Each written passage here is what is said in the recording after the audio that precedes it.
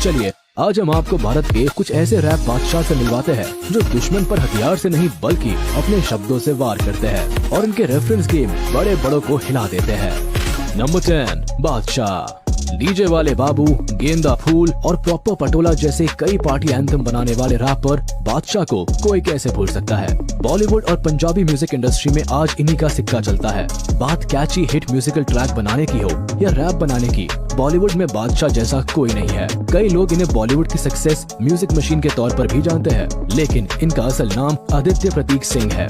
Music artist और wrapper के तौर पर बॉलीवुड में इनकी सक्सेस की कहानी साल 2014 से शुरू हुई थी, जब इनका सॉन्ग अभी तो पार्टी शुरू हुई है हर शादी ब्याह का एंथम बन गया था। उसके बाद डीजे वाले बाबू की सक्सेस ने तो इन्हें रातों रात स्टार बना दिया था। नंबर 9 हनी सिंह। अगर आप रैप लवर्स हैं तो जानते होंगे कि यो यो हनी सिंह केवल नाम नहीं बल्कि एक इमोशन रहा है। इस आर्टिस्ट की हृदय सिंह से यो यो हनी सिंह बनने की कहानी काफी रोमांचक रही है। तभी तो इंडियन म्यूजिक और रैप सीन में इन्हें एक रेवोल्यूशनरी चेंजर के तौर पर देखा जाता है। एक वक्त था जब हनी सिंह को रैपर्स का भगवान समझा जाता था। ब्लू आइज, ब्राउन रंग, देसी कलाकार और 4 बोतल वोडका जैसे कई लोकप्रिय रैप म्यूजिक के साथ ये हर नौजवान की प्लेलिस्ट का हिस्सा थे।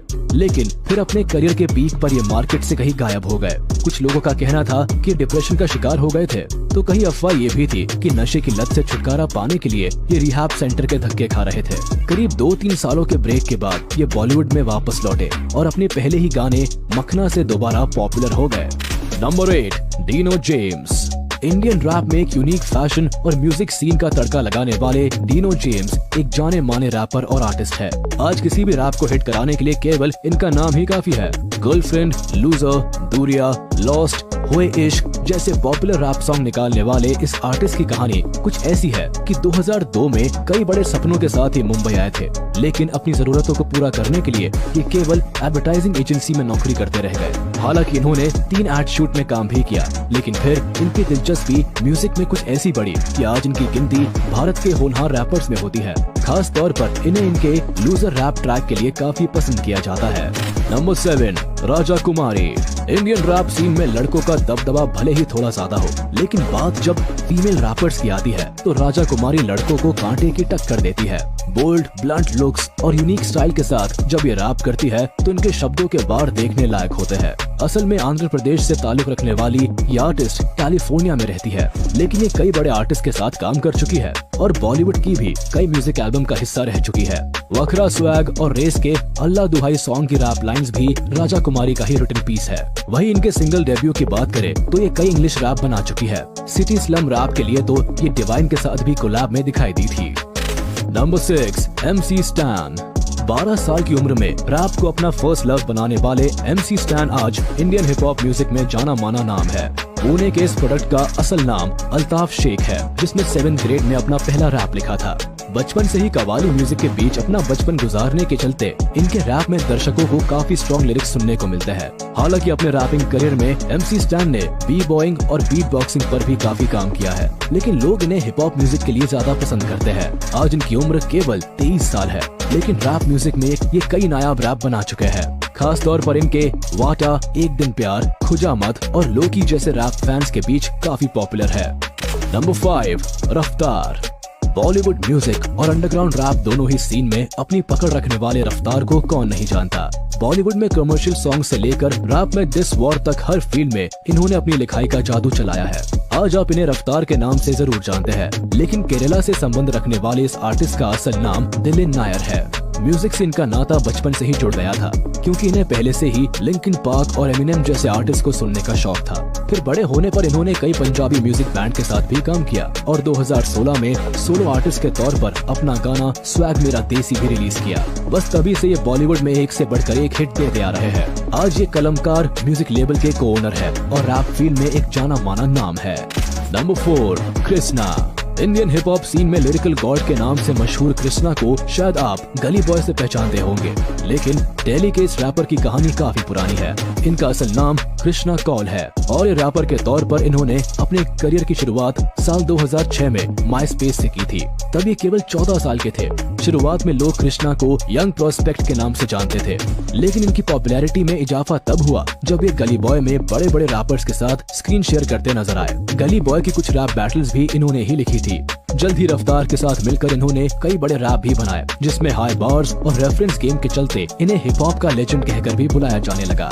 आज इनकी फैन फॉलोइंग इतनी ज्यादा है कि लिरिसिज्म में इन्हें टक्कर देना पहाड़ को हिलाने के बराबर है।